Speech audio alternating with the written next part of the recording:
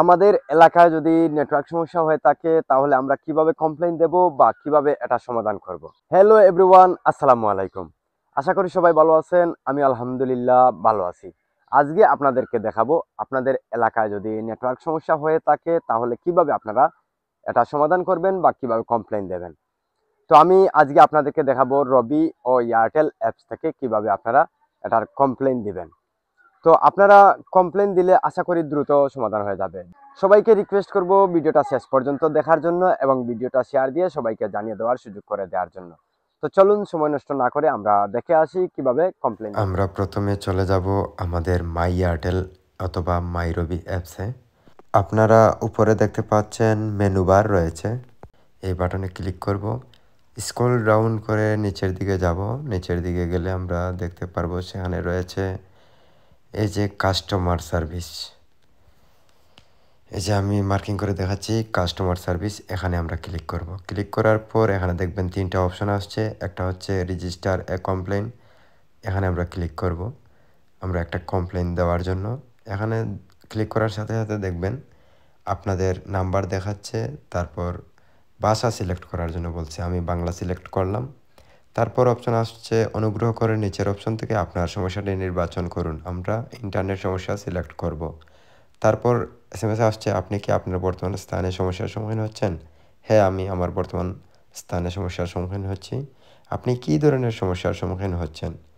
Internet speed সমস্যা, আমি এটা সিলেক্ট করলাম। তারপর বলছে আপনার ইন্টারনেট অভিজ্ঞতা যাচাই করা হচ্ছে, অনুগ্রহ করে অপেক্ষা করুন। ঠিক আছে, আমরা একটু সময় অপেক্ষা করি। তারা যাচাই করে জানাচ্ছে যে আমার হ্যান্ডসেটটা 4G সমর্থিত নয়। আসলে এখানে নেটওয়ার্ক সমস্যা, যার জন্য এরকম হচ্ছে। তো আমি ইয়েসে ক্লিক করলাম। তারপর বলছে আপনি কি কোনো নির্দিষ্ট সাইট অ্যাপে সমস্যার সম্মুখীন হচ্ছেন? আমি বললাম না, সব অ্যাপেই। আপনি কোথায় সমস্যার সম্মুখীন হচ্ছেন? বলছে ঘরের ভিতরে, বাহিরে না সর্বত্র? আমি বললাম সর্বত্র। তারপর বলছে কতদিন এই স্থানে ভিজিট করেন? আমি বললাম নিয়মিত। তারপর নিয়মিত সিলেক্ট করার পর আরেকটা এসএমএস আসছে, বলছে আপনি কতদিন যাবত এই সমস্যার সম্মুখীন হচ্ছেন? আমি বললাম 30 দিনের বেশি। তারপর আবার রিটার্ন এসএমএস আসছে আমার পুরো ঠিকানাটা দিতে। আমি গোয়েনঘাট বাজারে ছিলাম, গোয়েনঘাট বাজারের ঠিকানাটা দিলাম। তারপর সেন্ড বাটনে ক্লিক করলাম, সেন্ড করে দিলাম। তারপর বলছে আপনার সাথে যোগাযোগের জন্য একটি বিকল্প নম্বর শেয়ার করুন। মানে আমি যে নাম্বার থেকে কমপ্লেন দিচ্ছি এই নাম্বারটি ছাড়াও অন্য একটি নাম্বার দেওয়ার জন্য। তো আমি আমার গ্রামীণ সিমের নাম্বারটা দিলাম। তো নাম্বারটি দেওয়ার পর তারা বলছে অভিযোগটি গ্রহণ করা হয়েছে, আপনি আপনার অভিযোগ নম্বরটি এসএমএসের মাধ্যমে পেয়ে যাবেন। আগামী 48 থেকে 72 ঘন্টার মধ্যে এসএমএস বা কলের মাধ্যমে আপডেট জানিয়ে দেওয়া হবে। তো আমি ইনবক্সে চলে আসলাম। এই যে প্রিয় গ্রাহক, আপনার অভিযোগ নং অত গ্রহণ করা হয়েছে। মানে আমাকে এসএমএসের মাধ্যমে আমার অভিযোগ নাম্বারটি জানিয়ে দেওয়া হলো।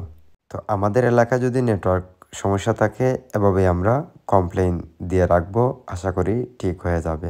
ধন্যবাদ সবাইকে।